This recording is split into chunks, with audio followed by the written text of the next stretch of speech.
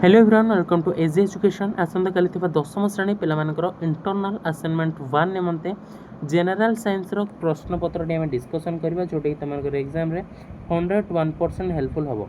आ बेसी किछि कहूनी तमाने यथाशीघ्र मेंबरशिप नै जाओ मेंबरशिप में कहबी तमनको बेसी किछि कहबिनी। ओके तो देखि पड़थो internal assignment 1 class X general science name of the student name of the school roll number section एटर तमनकर full signature of the subject teacher तमनकर रहबे।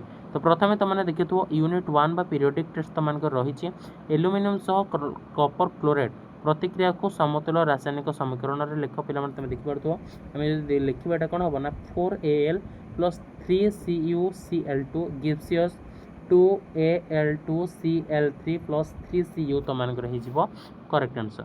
नेक्स्ट देला एक उज्ज्वल बादामी कौन अच्छी वर्णर मौलिक एक्स को गरम कले ताहा कला पड़ जाए तेबे मौलिक एक्स एवं सृष्टि यौगिकर नाम कौन ना कौन हम पे ना CuO हो तुमकर कपर ऑक्साइड हो करेक्ट आंसर।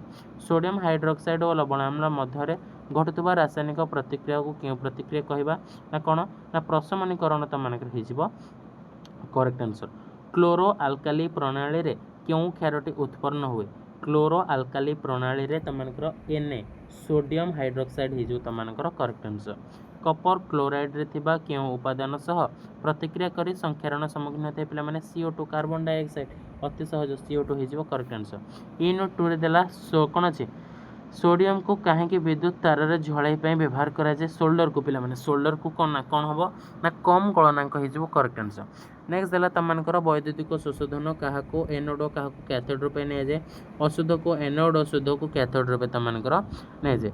ABCOD लवणर पीएच यथाक्रमे 13 10 3 5 तेबे एमानकर मध्य क्योंटी कौन हम ना सबल अम्ल तमनकर हम तुम ये लिख धातव हाइड्रोजेन कार्बोनेट अम्ल सह प्रतिक्रिया कले क्यों गैस निर्गत करे कार्बन डाइऑक्साइड हो करेक्ट आंसर। परवर्ती रहिबो तमनकर कौन से पिला माने यूनिट 3 रे मध्य तमनकर दे देछि आम अंत नली रे सहजीवी भाव रोथुबा एक नली रे कौन अच्छे शरीर विटामिन B12 प्रस्तुत आमको किए जोगी थाए पिला माने कौन इचेरिचिया कौन अच्छे इस्चेरिया कोलिया ना कौन इस्चेरिचिया कोलाई। ओके तो नेक्स्ट रहिबो तमनकर डबल आई स्ट्रोमा रसरे छोट छोट चेप्टा थली सदृश कौन थाए पिला माने ग्राना थाए लिखि दो ग्राना। ओके तो मनुष्य पाटरे थिबा लाल रे केते एंजाइम रही मनुष्य पाटरे थिबा लाल टाइलिन एंजाइम रही कोशीय शोषण बेले ग्लूकोज जारण फल कौन होता है ना कार्बन CO2 + H2 ओके जल निर्गत होता है कौन अच्छे ना शीत सुप्ति समय बैंग क्या द्वारा श्वासक्रिया करें ना चर्म द्वारा श्वासक्रिया करें। यूनिट आईवी रे देदेला NADPH + ATP मिसी उभय कौन गठन करते आलोक श्लेषण प्रक्रिया को गठन करते उभय खाद्य और श्वासवायु जीवाई साधारण पथ कौन कहवा ना कौन अच्छे खाद्य नल द्वारा को गलेट श्वास नल द्वारा को ग्लटिस ग्रोसिनियम कहवा। इलेक्ट्रॉन परिवहन संस्था माइट्रोकंड्रिया क्यों अनुसार होता है ना माइट्रोकंड्रिया अंतःजील होता है। जलचर प्राणी मैंने क्यों प्रक्रिया श्वासक्रिया संपादन करते विसरण प्रक्रिया फुस्फुस अम्लजान को रक्त क्या मध्यम हृत्पिंड को फेर था फुस्फुस शिरा मध्यम फेर था।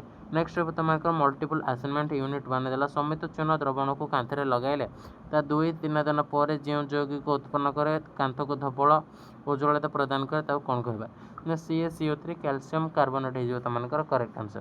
पोटासियम जल सह प्रतिक्रिया करे क्यों पदार्थ उत्पन्न करते पे KOH + H2 तुमको हो करेक्ट आंसर।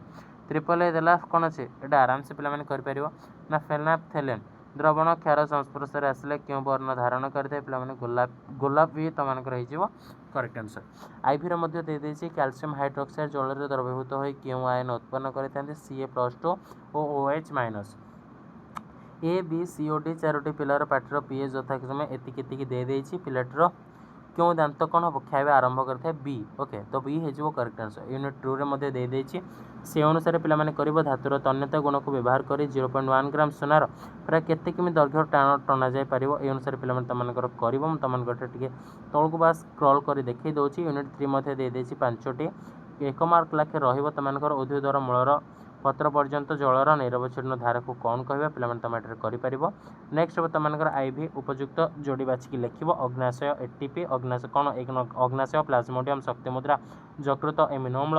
ओके खस्तवर देला ATP पित्तर सम्मिश्रित ग्रंथि माइट्रोकंड्रिया अंतःजीवी और पृष्टिसार तो से अनुसार पे तुमको आस्पिरेशनल कंपोनेंट आस्पिरेशनल कंपोनेंट तुमने कर तो फाइनाली आम समस्त सठिक आंसर सह क्वेश्चन गुड़ी आम डिस्कसन करदे। एटा थिला तुमको 10वीं श्रेणी देखी दूसरी 10वीं श्रेणी जनरल साइंस इंटरनल असेसमेंट 1 तुमको प्रश्नपत्रटी। ओके तो सांगसाथी मानक निहत भाव गोटे शेयर कर एपर्यंत जदि आम टेलीग्राम चैनल जॉइन है यथाशीघ्र जॉइन ऑप्शन उपर क्लिक करी मेंबरशिप नवा सह डिस्क्रिप्शन बॉक्स में टेलीग्राम लिंक अच्छी जॉइन हो जाओ। Thank you for watching video को कंप्लीटली वाच कर एतिक रोचे। जय जगन्नाथ।